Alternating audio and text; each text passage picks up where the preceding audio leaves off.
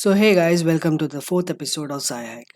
सो जैसा कि आप लोग टाइटल से पता कर सकते हैं कि आज का एपिसोड थोड़ा डिफरेंट होने वाला है एज कम्पेयर टू हमारे प्रीवियस एपिसोड से, जहाँ पे हमने डिस्कस किया था कि ये यूनिवर्स कैसे क्रिएट हुआ था और साथ ही साथ हम ह्यूमंस और बाकी सारे क्रीचर्स इस प्लेनेट में किस तरीके से इवॉल्व हुए थे।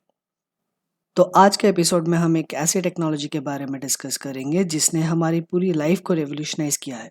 रेवोल्यूशनाइज करने के साथ साथ इस टेक्नोलॉजी ने हम सबकी लाइफ बहुत ईजी कर दी है। सो आपको कोई आइडिया है कि आज मैं कौन से टेक्नोलॉजी के बारे में डिस्कस करने वाला हूँ?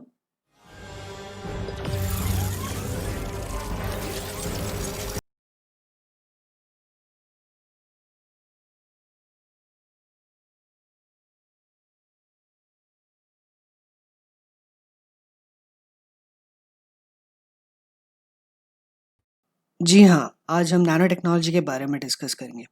एक ऐसी टेक्नोलॉजी जो आप लोगों ने बहुत सारे यूट्यूब वीडियोस या पॉडकास्ट या फिर इंटरनेट से जाना होगा, दैट ये piece of technology mainly deal करती है उन मटेरियल्स के साथ जो लेस देन 100 नैनोमीटर्स के डिमेंशन में होते हैं। तो ये नैनो मटेरियल्स कितने छोटे होते हैं, मैं आपको एग्जाम्पल के थ्रू बताता हूँ। आप एक ह्यूमन हेयर को ही ले लीजिए। कोई आइडिया है उसकी थिकनेस क्या होती है? उसकी थिकनेस होती है 0.1 मिलीमीटर्स। और आज हम जिस टेक्नोलॉजी के बारे में डिस्कस करेंगे वो उससे 6 गुना छोटी, दैट इज 10⁻⁹ के डिमेंशन में होती है, जो कि हमारे नेकेड आइज से कम्प्लीटली इनविजिबल होती है। So the next thought that comes to our mind is that अगर हम इन मटेरियल्स को देख ही नहीं सकते तो हम इनके साथ काम कैसे करेंगे? इनको देखने के लिए कुछ सोफिस्टिकेटेड टूल्स होते हैं, जैसे कि ट्रांसमिशन इलेक्ट्रॉन माइक्रोस्कोप्स या फिर स्कैनिंग इलेक्ट्रॉन माइक्रोस्कोप्स।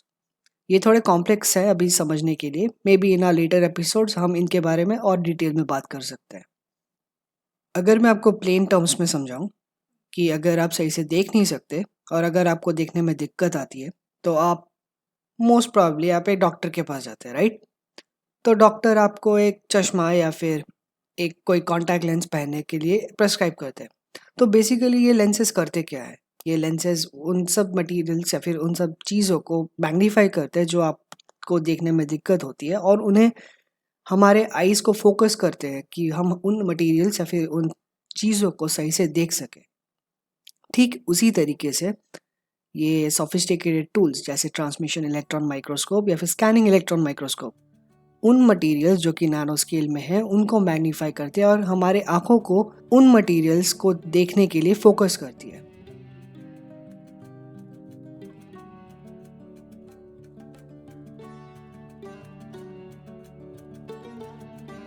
सो नैनो मटेरियल्स को थोड़ा और अच्छे से जानने के लिए हमें उसके थोड़े पास्ट में जाना पड़ेगा, जिसके लिए हमें 80s के दशक में जाना पड़ेगा। स्टर्लिंग माइक्रोस्कोप के साथ साथ डिस्कवरी ऑफ फुलरीन्स का भी एडवांसमेंट हो रहा था। इस टेक्नोलॉजी का जो कॉन्सेप्ट है वो 80s से पहले दी गई थी, अराउंड 1950s के टाइम पे, जहाँ पे एक अमेरिकन फिजिसिस्ट जिनका नाम रिचर्ड फाइनमैन है, उन्होंने एक लेक्चर दिया था there is plenty of room at the bottom, Caltech में, जो कि दिसंबर 29, 1959 में था। और बहुत सारे लोगों का मानना है या फिर रिसर्चर्स का मानना है दैट वो लेक्चर बहुत सारे लोगों को इंस्पायर किया to work in this sector. So इसी के साथ साथ 2006 में एक पब्लिकेशन आई थी नेचर जर्नल में, जहाँ पे बताया गया था कि the earliest evidence of the use and the application of the nano technology could be traced back to the carbon nanotubes, जो कि माइक्रोस्ट्रक्चर ऑफ वुड स्टील में पाए गए थे। और ये वुड स्टील बेसिकली मैन्युफैक्चर होते थे एंशियंट इंडिया में अराउंड 600 BC के आसपास। और इसी के साथ साथ कुछ ऐसे एविडेंसेस भी पाए गए हैं जहाँ पे नैनो टेक्नोलॉजी, जो कि एक मॉडर्न साइंस है, वो मेनली यूज़ की जाती थी कुछ आर्टिशंस के थ्रू इन मेसोपोटामिया अराउंड 9th सेंचुरीज के आसपास for creating glittering effects on the surface of pots. तो हिस्ट्री के साथ साथ अब हम धीरे धीरे मूव करते हैं फील्ड ऑफ टेक्नोलॉजी, जो कि आज के टाइम पे उसने किस तरीके से इम्पैक्ट किया है। So in early 2000, this field of technology had been under lot of controversies. बहुत सारे critics ने ये भी कहा है that these 21st century technologies like robotics, genetics और nanotechnology would threaten and endanger the human species. उसी के साथ साथ इसी सेम टाइम पीरियड में world had observe the first commercial application of nano technology. Few examples जो कि include करते हैं use of titanium dioxide and zinc oxide nano particles in sunscreen. Titanium dioxide और जिंक ऑक्साइड नैनो पार्टिकल्स के अलावा silver nano particles भी बहुत पैमाने में यूज की जाती थी for food packaging, clothing and disinfectants. मुझे याद है ड्यूरिंग 2003 और 2004 के टाइम पे एक मोबाइल फ़ोन होना वॉज ए लग्जरी, और उस टाइम पे जो नोकिया फ़ोन्स होते थे उनमें नंबर कीपैड्स होते थे and those phones were quite strong as brick. So उस टाइम पे किसी ने सोचा नहीं था दैट कि आज के टाइम पे स्मार्टफोन होंगे और साथ ही साथ आज के टाइम पे ऐसे फ़ोन होंगे जो कि टच स्क्रीन के साथ अवेलेबल होंगे। और मुझे ये भी याद है that during the same time period हमारे टेलीविज़न यूनिट्स बॉक्स शेप्ड होते थे। उस टाइम पे कोई ऐसा कॉन्सेप्ट नहीं था कि स्लिम टीवी या फिर अल्ट्रा स्लिम टीवी, और there was no concept of high definition और अल्ट्रा HD और 4K experiences. So all thanks to nanomaterials and its developments over time, we are able to have these experience now. So from 2010, बहुत सारे commercial giants in electronics have started working in nanoelectronics and semiconducting device fabrications. In 2013, Taiwan Semiconducting Manufacturing Company began their production of 16 nanometer FinFET process. और उसी के साथ साथ 2017 में उन्होंने अपने 7 नैनोमीटर प्रोसेस की भी प्रोडक्शन चालू कर दी थी। TSMC ग्रुप के साथ साथ सैमसंग ने भी 10 नैनोमीटर प्रोसेस की प्रोडक्शन इन 2013 शुरू की थी, and in 2019 they had launched their production for 5 nanometer chips. In the same year, Samsung ने ये भी अनाउंस किया था that they will start their commercial production of 3 nanometer process by 2021. सो आप लोग सोच रहे होंगे कि मैं ये इतने सारे नंबर्स आप लोग को क्यों बता रहा हूँ, जैसे कि 16 नैनोमीटर, 10 नैनोमीटर और 7 नैनोमीटर। ये बेसिकली है क्या? These are generally referred to as the technological metal oxide semiconductor transistors that are used in the integrated chips, जो कि हमारे आजकल के इलेक्ट्रिकल और इलेक्ट्रॉनिक डिवाइसेस में अवेलेबल होते हैं। रिसर्च इन इस एरिया में स्टार्ट हुई थी अराउंड 1971 में, starting from 10 micrometer and still going on. Besides being small and allowing more transistors to be packed into a single chip, the uniform and symmetrical structure of nanowires and nanotube allow high electron mobility and a high dielectric constant. In this sector, research is ongoing to use nanowires and other nanostructural material with the hope to create cheaper and more efficient solar cells over conventional silicon solar cells. ये भी माना जाता है that using these nanomaterials for sustainable energy applications, जो कि हमें better results provide करेंगे और साथ ही साथ it will be more cost effective and will be more favorable for the environment as well. So moving from electronic to healthcare, जहाँ पे nanotechnology had shown some extraordinary results. It basically ranges from fabricating devices that could be placed inside a human body. Nano materials का size बहुत ही similar होता है as compare to biological molecules और उसके structures के साथ। तो इसी वजह से nano materials are used in biomedical applications. One of them is the drug delivery. So इस प्रोसेस में बेसिकली नैनो टेक्नोलॉजी एक ऐसी अपॉर्चुनिटी प्रोवाइड करता है जहाँ पे कोई एक स्पेसिफिक ड्रग को एक पर्टिकुलर लोकेशन से दूसरे पर्टिकुलर लोकेशन में डिलीवर किया जाता है and without causing any harm to the surrounding. So हम बेसिकली नैनो टेक्नोलॉजी के बारे में इतना क्यों डिस्कस करें? How is it beneficial over other technologies? So जैसा कि हमने पहले बताया that nano materials are smaller in size, और उसी के साथ साथ nano materials provide us with high surface to volume ratio, और इसी के चलते हम लोग बहुत ज़्यादा उसमें लोड अटैच कर सकते हैं या फिर हम बहुत सारे number of functional groups attach कर सकते हैं which are required for a particular cases. और मैंने पहले भी मेंशन किया होगा कि nano materials provide low toxic materials and don't create harm to the human body, जो कि बहुत बड़ा इम्पैक्ट प्ले करता है फॉर ए बायोमेडिकल रिसर्च। और ये drug delivery phenomena have proved to be very fruitful development in curing cancer as well. Drug delivery के साथ साथ nano technology is also extensively used in the imaging technique also, जहाँ पे nano particles को एक tracing agent के तौर पे यूज किया जाता है, which provides a pathway to understand how cells interact with their surroundings when exposed to different reaction parameters. This imaging technique has also helped in developing various vaccines for various infectious diseases as well.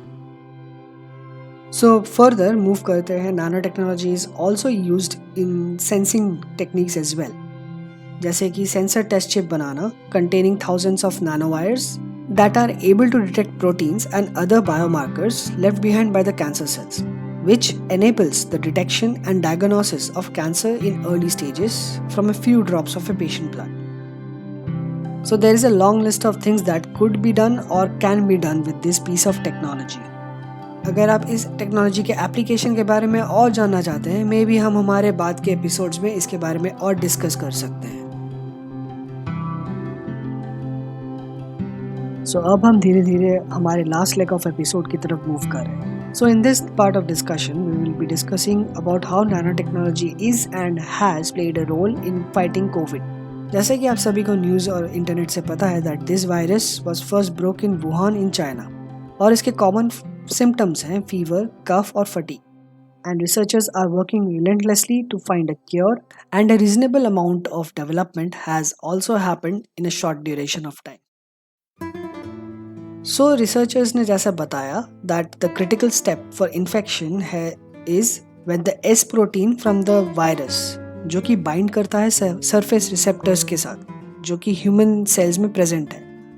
और उन्होंने 3 strategies भी बताई हैं that कि ये virus किस तरीके से को रोका जा सकता है from infecting, जो कि है by introducing a decoy receptor that could scavenge the protein. Second, by making a vaccine which will produce more antibodies and that will inhibit the process of binding. And third, preventing the breakdown of the viral protein on the surface of the human cell. So on a quick note, अगर आप लोग को पता नहीं है what exactly is a virus is, it is a packet of infectious agent that can replicate itself in a living cell of an organism. So nanotechnology इन सब में कहाँ आता है? Nanotechnology provides several solutions to fight different viruses from both inside and outside the host. And specific nanotechnologies have also been successful in the preclinical trials in fighting other respiratory infections. Nanotechnology सिर्फ vaccine बनाने तक restricted नहीं है. It is also used for developing inexpensive and efficient testing kits that could provide the results immediately. मैं आप लोग को एक एग्जाम्पल के थ्रू समझाता हूँ.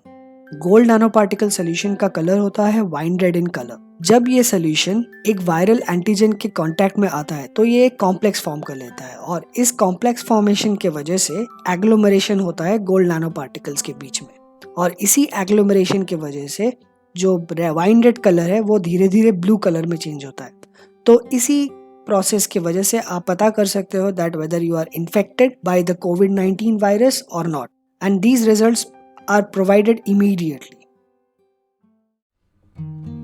बहुत सारी स्टडी की गई थी that this virus is very much stable at low and room temperature, और इसी के साथ साथ ये वायरस बहुत दिन तक सर्वाइव कर सकता है on smooth surfaces like stainless steel और glass. और जहाँ तक देखा गया है that ये मटीरियल्स जैसे stainless steel, glass most common areas में यूज होते हैं, जैसे आपका डोर नॉब्स, विंडो पेन्स वगैरह वगैरह, जहाँ पे लोग बहुत ऑफन टच करते हैं, और ये स्पॉट्स बेसिकली वल्नरेबल स्पॉट्स बन जाती है to get infected. Keeping that in mind, researchers ने एडवाइस किया है दैट इन सब सर्फेसेस को मेटल नैनो पार्टिकल्स जैसे कि सिल्वर या कॉपर नैनो पार्टिकल्स से कोट किया जाए, जिनमें एंटीबैक्टीरियल कैरेक्टरिस्टिक्स होती है. और उन्होंने ये भी रिकमेंडेशन दिया है that only to use nano particles rather than using a bulk material, because nano particles में जो टॉक्सिक मेटल आयंस होते हैं वो स्लोली और प्रोग्रेसिवली रिलीज होते हैं, और वो वहाँ पे रिलीज करते हैं जहाँ पे it is more needed more. So from the stand point of covid, there are many opportunities for a nanotechnology based solution to increase the efficiency and safety of the air filters and mask devices. Some specific opportunities include improving the particle capture and retention characteristics, then rapid inactivation of the membrane-bound microbes, which include the enveloping of the membrane-bound viruses upon capture. So इस development of face mask और protective materials के development में nano materials ने एक बहुत बड़ा role play किया है, जैसे कि ना कि सिर्फ capturing of aerosol droplets, but साथ ही साथ उनको इमोबिलाइज करना और साथ ही साथ वायरस को किल करना, जो कि एक बहुत बड़ा स्टेप रहा है in preventing and spreading of the कोविड-19 virus. This covid that is a global emergency is making human face unprecedented challenges, और इन्हीं सब challenges को address करने के लिए a cooperation is needed among all different researchers working in different fields and with complementary expertise. Alright people, so now that we have come to an end of this episode, I hope you all have enjoyed listening to this. अगर आपको अच्छा लगा, so please do give it a thumbs up, and to know more about interesting facts, please do subscribe to our channel and stay tuned for our next episodes.